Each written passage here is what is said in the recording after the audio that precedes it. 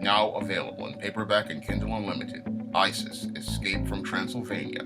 The goddess next door and John Haynes must escape a horde of vampires on the hunt in this horror-filled Isis series adventure. Get Isis, Escape from Transylvania in paperback and Kindle Unlimited today. I was watching a Diversity in Comics video and he was talking about Milestone Comics. And in the video where he was talking about Milestone Comics, he called them blackety black, blacker than black comics, and said that because he believed that they were blackety black, blacker than black comics, this was one of his reasons for not reading them actively.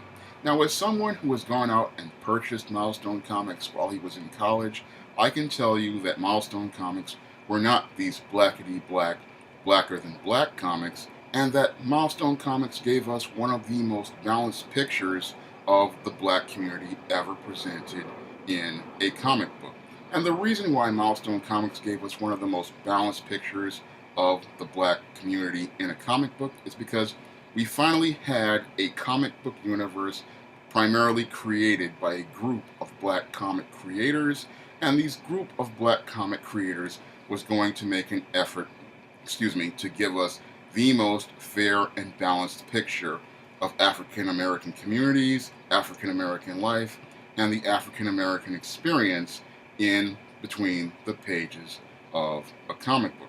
Now, when it comes down to black superheroes, primarily before Milestone was founded, we got most of our views of black superheroes through a white lens. And what I mean by a white lens is we got black characters who were primarily created by white comics creators. And when you look at characters like your Black Panther, your Luke Cage, and your Falcon, again, these were characters who were created by white men, and they were giving us a view of black men through the eyes of a white man. So we were getting a black character, but we were getting a black character based on ideas and perceptions of white men. So when we look at a Power Man or a Falcon or a Black Panther, we're not really getting the experience of a black man from a black man's view. We're getting the experience of a black man from a white man's view.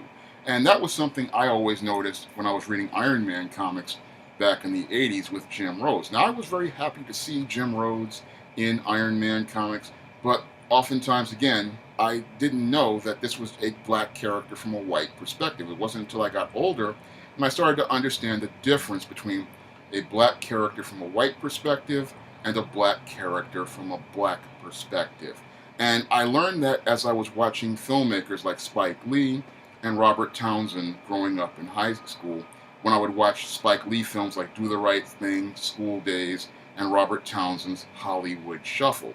And those films really gave me some perspective on the difference between black from a black lens and black from a white lens, because we get a completely different story when you have black creators going out here and creating their own characters and telling stories about the African American experience. And that's what Milestone was all about.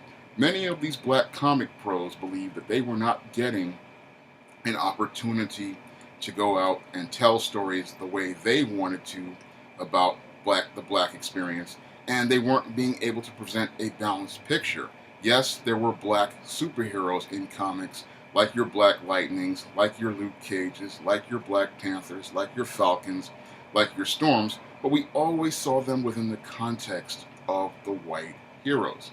Moreover, we also had black comic pros who were working in the industry, like your Keith Pollards, like your Dennis Cowans, like your Mark D. Brights, like your Dwayne McDuffies, and they would get work on comics, but they really weren't getting an opportunity to go out here and shine, and they really weren't getting the notice and acknowledgement that they really deserved for their work. I can remember Mark D. Bright, who was the penciler of Iron Man during the Armor Wars, and not that many people knew that Mark D. Bright was a black artist. I mean, no one knew that Mark Bright was a black artist, just like many people didn't know that Keith Pollard, who had a legendary Spider-Man run, was a black artist. And your Keith Pollard was the guy who went out here and created the Black Cat, but no one will really talk about, Keith Pollard or Mark D. Bright, and no one really talks about Dwayne McDuffie and his legendary contributions to not only the Marvel Universe with the damage control,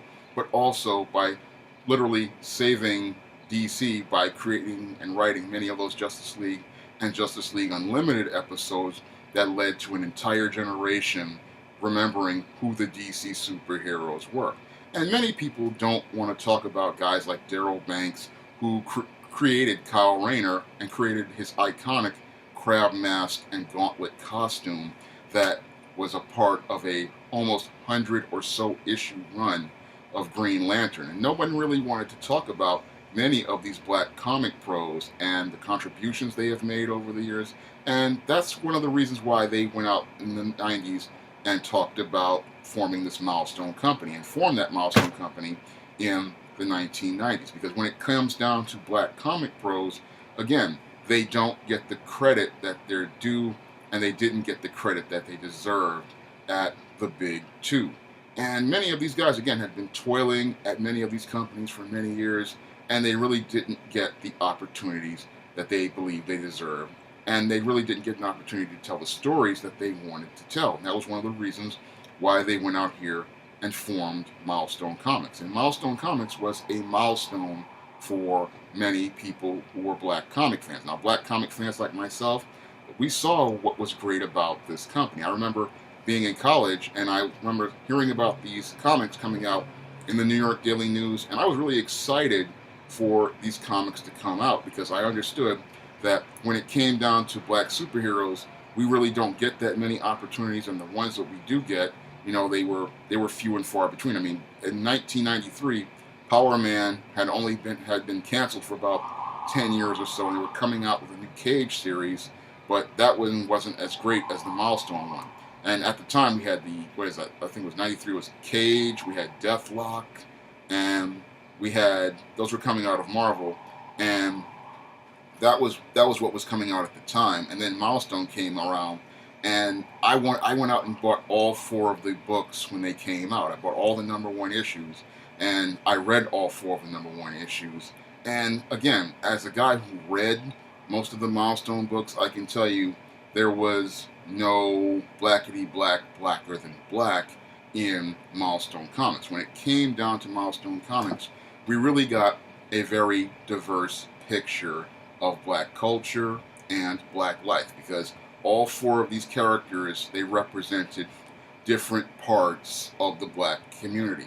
Now, your Hardware, when he came out, he was representing all those brothers who worked in corporate America. He was not a black Iron Man. He really was one of these black men out here who thought he could work his way up on merit. He thought he could earn his way in white corporate America. And what led to him becoming Hardware was he had trusted this Edwin Alva like a father. He thought this Edwin Alva was going to look out for him.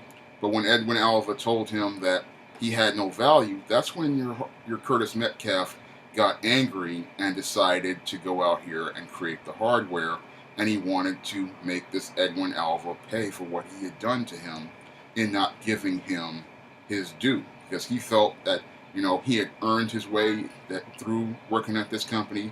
He'd given this company many inventions, and he felt that he deserved an equal share of the profits on the inventions he made for this company. So when I look at your Curtis Metcalf, I understand his story because I experienced his story myself, and I experienced his story with other black people. So I know where the Curtis Metcalf character was coming from, and I know that your Hardware wasn't a black Iron Man. He was a brilliant inventor, and what he wanted to do was get justice and just compensation for his work. So I understood where that character was coming from, because it came from the experience of working class black men who were told they could go out here, get this education, get this job, and they would be given an equal opportunity. However, when it was time to rise to another level or get fair and just compensation for their work, they were told a completely different story by white men like Edwin Alva. And that's a story that black men who work in corporate America experience every day. And we experience it not only with white men, but we also experience it with elitist black men. Now, Icon was a completely different story from Hardware, and the Icon story, which many people want to call Black Superman and dismiss it as Black Superman, is a lot more complex than most people would believe. Now, your Icon was a guy, he was a brother from another planet. He wound up trying to help people escape this ship that was getting ready to blow up. And the ship, his escape pod, took him all the way down in the 1800s to a part of a slave plantation. And the woman who found him raised him up, and he wound up learning about white supremacy and racism and slavery. And he fought in the Civil War, and he fought against Jim Crow and racism. And when the Icon character, he was all about black people learning about black history, but the whole thing with the Icon character was he was one of these black conservatives, and he was disconnecting himself from the world because he was alien to the world and he didn't understand what things meant to people.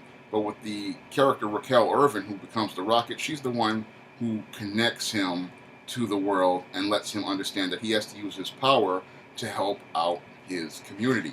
And that's what led to the origins of Icon and Rocket.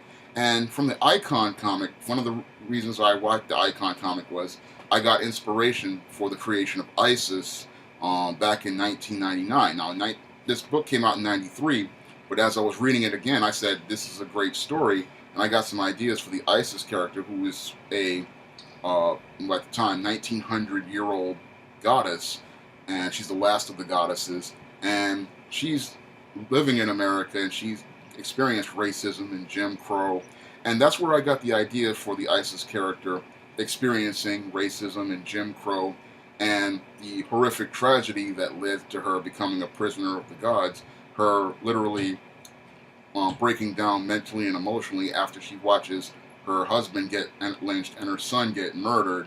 And that's where I got the idea for that, from reading Icon, because Icon was about the experiences that black men go through with slavery and racism, and this man reconnecting with his community after being so detached from his community and having this conservative view, but him coming to understand that he has to come in and be a symbol for those in his community and then teach those about their history. And I really liked Icon except for one point, and that one point was when they made the Raquel Irvin character a single mother. I always felt that the Icon book could have really blown up had they just made it about this Raquel learning from Augustus Freeman. But what they did, the big mistake was, in the second issue, was announced that Raquel Irvin was pregnant. And that's where the book, as I saw it, jumped the shark, because this was a chance for us to really see a strong, intelligent black sister, rise up and take herself to the next level. But when they put that single mother narrative in the book, it really threw the book off and prevented it from actualizing its potential. Now, the third book that I bought was The Blood Syndicate. And The Blood Syndicate was a book about a street gang. We got a completely different view of street gangs than what we got in television and media, because in most television and media, we always see the street gang as the bad guys. But in Blood Syndicate, we saw the street gang as the heroes, and they were looking to protect their Paris Island from these predators, and that we got a really interesting picture of it. And the whole Blood Syndicate really had an impact on the Milestone universe, because the Holocaust character, he was this guy who was becoming this, powerful guy who had all these connections and all this power, and he was a real credible threat to many of the characters in the Milestone universe, from Hardware to Icon to Static. And he was a real tough guy. I mean, he was a real piece of work, and he was one of the big villains in the Milestone universe. And he was really one of the more credible threats in the Milestone universe, because he was a guy who was built up over time in the books. But the Blood Syndicate book, when it first came out, was one of the strongest books in the Milestone universe, but it started to fall apart over time. And one of the reasons why it started to fall apart over time is because they started adding characters into the Blood Syndicate that really weren't a good fit, like the Quiet character and the Boogeyman character. They started out interesting, but then they started to fall apart. And the Masquerade character, they really didn't develop her the way they should have developed her, and the book started to lose direction. Now, the fourth book, which is the one everybody knows, is the Static book. And Static was literally like Milestone's Spider-Man. He was a teenager who got superpowers, and he was always having fun in his action and adventure. And his part was to represent, those middle-class young brothers out there who came from middle-class lifestyles. And that was a story we really weren't getting told in many comic books. In many comic books, we never really got the story of the middle class kid who was the comic fan, the sci-fi fan, the fantasy fan, and Virgil Hawkins was the middle class kid who was the comic fan, the sci-fi fan, the fantasy fan, and he was the average everyday kid out there. And that story really resonated with people because a lot of kids who were my age at the time, they resonated with them because they saw themselves in the Virgil character. And then when the Static, that's why he was so popular, because he was just like every other kid out there, and you could identify and relate with him. And his book was one of the best books in the entire Milestone line. I would always rank it as, Static, Icon, Hardware, and Blood Syndicate as ranking them in terms of quality, because all four books, again, they were very good compared to a lot of black comics that were coming out at the time. And in the 1990s, there were a lot of black comics out there other than Milestone. At the time, we also had Cage coming out from Marvel. We also had Deathlock coming out from Marvel. And Deathlock was actually one of the first black superheroes to come out in the 1990s, because his book started with one of those, I forget what they're called. They're like these hardbound books.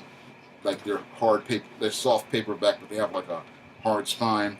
And the new Deathlock was Michael Collins, this black man who had his brain put into a cyborg, and at the time it was one of the most popular comics at the time. However, it was one of those comics, again, about a black character who was created by a white man.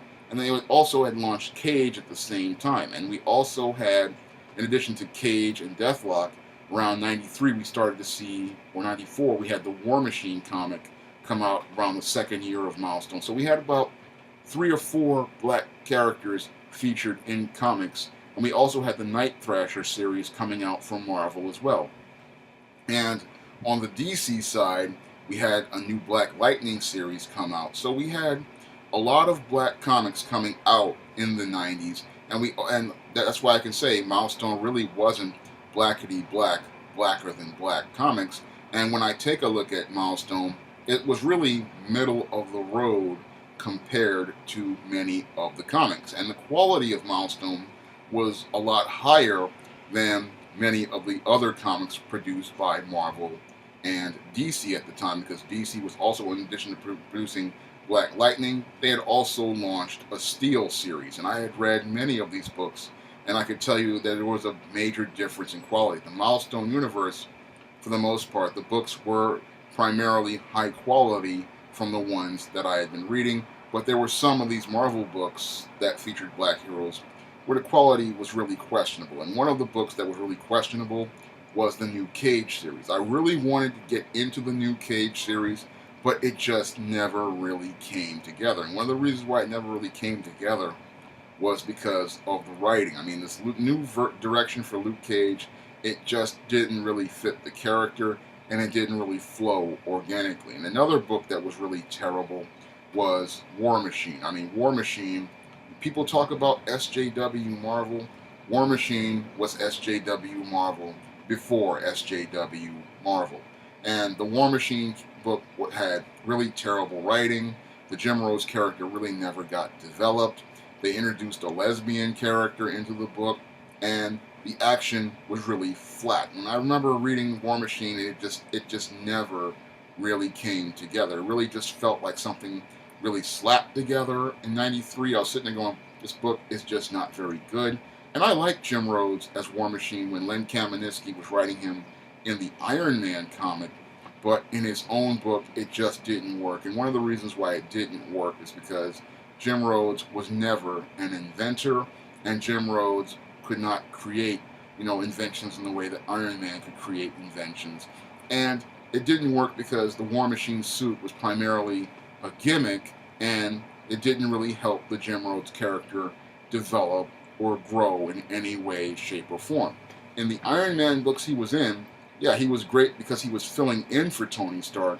But when you read Iron Man, it's all about Tony Stark. And the problem with Jim Rhodes is he's a very two-dimensional character, and he really didn't go past that level. Now, Night Thrasher was a fairly decent comic, but again, it wasn't on the Milestone level in terms of storytelling. So it was okay, but it wasn't there. I mean, he was like, in some ways, like Tony Stark. He had his armor, and he had, you know, a good power set, but his rogues gallery really didn't work. And one of the things that you need for a comic to make it work is a strong rogues gallery. And a lot of these black heroes, their big problem when I was reading them in the 90s was they did not have that strong rogues gallery to really help them out. Now, Milestone characters, on the other hand, quite a few of them had very strong rogues galleries.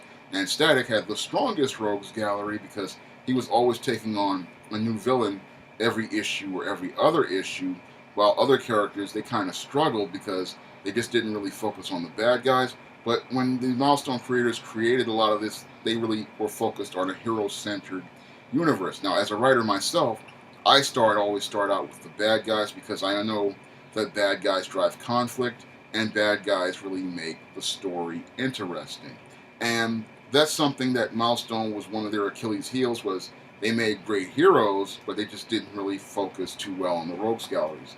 And that was one of the reasons why I believe that they had a lot of troubles later on as they were, progressing, because they just didn't build that big bad guy outside of Holocaust that anybody could consider a credible threat that would really define the Milestone universe. Now, as a comic fan myself and a writer myself, I always, again, focus on the bad guys when I'm doing stories because I know that the bad guys are going to be the draw. But the Milestone creators, they thought that they could go and create the heroes first, but you really have to create the villain. And that was one of the lessons I learned, reading their comics back in the 1990s when I was in college, was to start with the villain. And that's when I was creating ISIS, I started with E-Steam first, then I brought ISIS in, and that's why the story was really dynamic, because I created villains who would be a credible threat and be somebody that the hero could overcome. And that's one of the lessons I learned from Milestone Comics. But Milestone Comics, again, they were not these blackety-black, blacker than black comic books. When it comes down to Milestone, if you read a Milestone comic, you will see it as just another comic book world with superheroes. However, it's only a comic book world that features African American superheroes in their own African American universe. And in that universe, we are getting the most diverse picture of African American life and African American culture overall. Because when you look at the Milestone universe and you compare it to the Marvel universe, you're getting almost the same thing as the Marvel universe and the DC universe. However, you're only seeing a world, again, that features black heroes, and they're heroes from a black perspective. Now, in order to understand why Milestone was really middle of the road, you have to look at comics from a panoramic perspective. And again, I can look at it from the Marvel side and the DC side, where I saw characters like Deathlock, Steel, War Machine getting their own books, and Black Lightning getting their own books. But I could also see the independent side. And on the independent side, there were a lot of books that would be considered blackety-black, blacker than black comics that featured pro-black perspectives.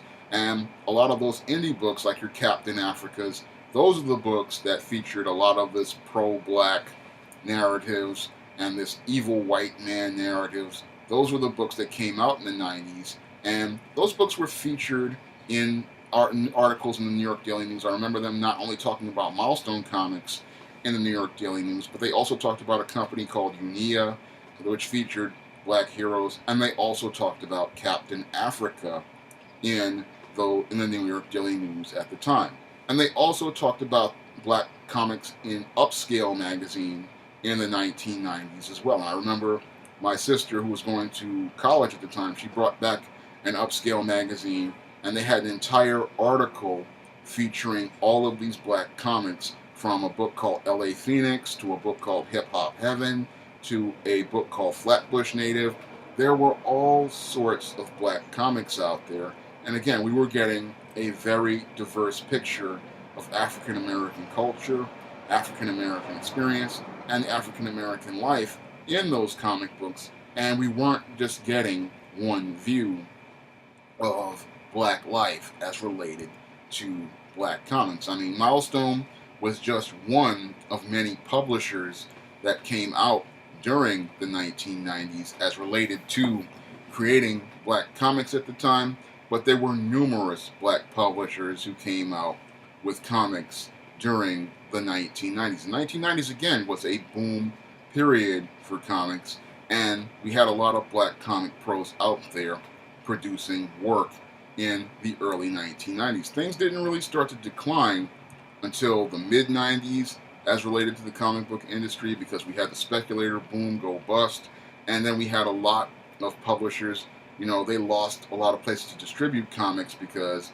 of what happened with Heroes World and Marvel, and we also saw a lot of comic shops close, and that was also part of the collapse of the industry. So a lot of these companies, they wound up going out of business because they lost their distribution deals, because a lot of distributors started going down, and then a lot of the sales started going down. So we started to see these companies really start to decline at the time. So when it comes down to diversity, there was a lot of diversity in the 90s as related to the black image, and there was a lot of diversity as related to black comics, and there was Milestone Comics. Again, these Milestone Comics, they were not the blackety black, blacker than black as presented in the media. They were middle of the road, and they gave us really the most balanced and diverse picture of black heroes you would ever see in a comic book. Now, most people, like diversity in comics, they're used to the black characters who come from white people, but they're not used to seeing black characters that come from black creators. And when you read a comic that's featured in a black hero by a black creator, you're going to get a completely different story than that from a white creator, because the white creator is coming from what he sees on the outside about the black community, whereas the black creator is coming from the inside and is telling you what he knows from living in the black community, experiencing life in the black community, and he's telling you a story from what he has seen, known, and heard, and also heard from others, and knows from his own life experience, because he lives in the black community. He can give you the most balanced picture of the black community. As a black creator myself, I know that I can give readers pictures of the black community that are going to be completely different than what you would get at a Marvel from a Black Panther or a Luke Cage, or even one of these other characters like Night Thrasher, because my experience is completely different. A character like a John Haynes or an Isis or an Easting, they're going to have a completely different view of life, and they're going to give the reader a completely different view of life from their stories and the experiences they give to the reader in their stories. Like when I do a John Haynes, I'm talking about a black CEO, because when he's coming from the perspective of a black man being in a CEO position, and from the perspective of someone who has experienced racism in corporate America and understands how corporate America works. So I'm going to give you a different picture of what a black CEO means and how important it is. And with the Isis character, I'm giving you a experience from the perspective of a black goddess who is living in America, who has experienced America, both good and bad, both experiencing the racism in America, but also experiencing black culture in America. And that's not a perspective you're going to get from a white writer. A white writer wouldn't understand those perspectives of life. They wouldn't understand the perspective of a black woman and how she lives life in America. They wouldn't understand the neighborhood, they wouldn't understand the culture, they wouldn't understand the experience, and they wouldn't understand those things because they haven't lived here and they haven't experienced it. I mean, you can do research on things and it'll give you some perspective on things, but you really have to live there to really get it. And that's one of the things I put in a lot of my work, like John Haynes and Isis and Easting, and even books like Spinsterella and Spellbound. It's like, give you that picture, and that picture allows you to see the world from the black perspective. Because when it came down to doing the African American Goth perspective, I put in the Spinsterella trilogy, I really had to think about, my experiences growing up in places like the South Bronx and visiting places with my father in Harlem and those neighborhoods and bringing those neighborhoods to life. And that's something you would get from, again, a black comic pro in a black comic book. And that doesn't make it a blackety blacker than black comic. It gives you a richer and broader picture of your country, of the world, and the world that you experience it in. Now, when it comes down to many of these pro-blacks, they're going to give you, like, your Kwanzars and your Ta-Nehisi coats. They're going to give you a picture of things, but a lot of times their picture is often skewed because they're trying to push one narrative regarding the black community.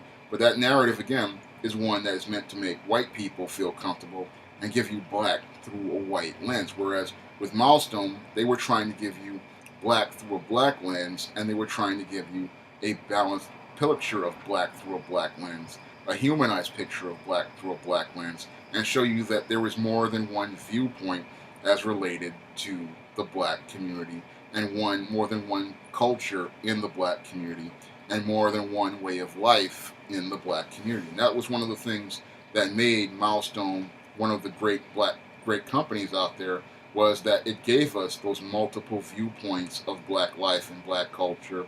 And one of the things that made it really great was it was one of those places where we got to see these black comic pros making efforts towards actualizing their potential, because guys like Dwayne McDuffie, guys like Dennis Cowan, guys like Mark D. Bright, guys like Chris Cross, and many others, they wouldn't have really gotten an opportunity to actualize their potential really in a place like a Marvel or a DC, because when it comes down to many black comic pros, they oftentimes, for years, they don't get the opportunities that they deserve to have. And I often look at the comic book industry right now, which talks about, like, companies like Marvel talking about diversity, but when it comes down to the black comic pros, I don't see a lot of black comic pros, getting those opportunities like they did back in the 90s when the industry was really strong. I mean, I have not seen another guy like Darryl Banks get a 100-issue run on a major character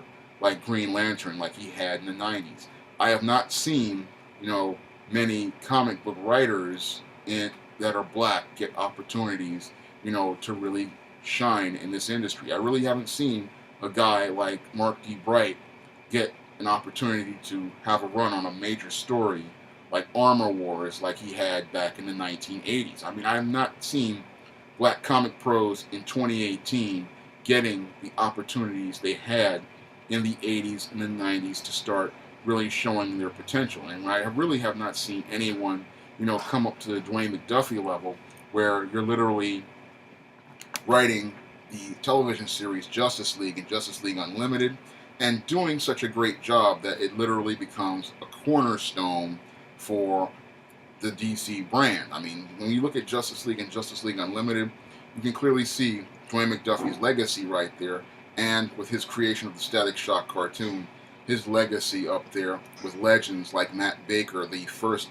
black comic book artist. And again, those opportunities really don't come for black comic pros like they should. And when I look at, Milestone, it wasn't a blacker than black comic book company, and they didn't create these blacker than black heroes. The media wanted to present it that way, but those of us who went out here and bought those comics and read those comics, we understood what that was there. That was one of the few opportunities we had to present a positive image of African Americans, a diverse image of African Americans, a balanced image of African Americans, and a humanized image of African Americans in media. And it was one of the inspirations that led to me, having the inspiration to go out here and create characters like your Isis, your Eastine, your John Haynes. That was all due partially to Milestone Comics, and the other part was seeing Sally Richardson and Keith David in Gargoyles, and seeing those black people being a part of a fantasy world and contributing to fantasy. That was one of those things that influenced me and had an impact on me, and showed me that you can create a universe of diverse characters who are African American, and that universe could succeed in the world, in the marketplace. And when I look at Milestone, again, they weren't these super blackety black characters. They were an opportunity for black people to present a story based on their experience, their ideas, and their image of selves in the same way I go out here and try to present you with our image and the image of black people in books like the SJS Direct imprint. And if you want to try the books of the SJS Direct imprint, like the ISIS series, the E-Steam series, The Temptation of John Haynes, and the Spinsterella trilogy, you may do so by clicking the link to Amazon.com in the description box. And if you want to see me make more videos like this, you can donate to my Patreon by clicking the link in the description box. That's all I have to say for this video. You can comment, rate, and subscribe. Now available in paperback and e-readers, E-Steam Ascension, The Devil's Diva reaches a turning point in her life with this powerful E-Steam series story. Get E-Steam Ascension at online booksellers today.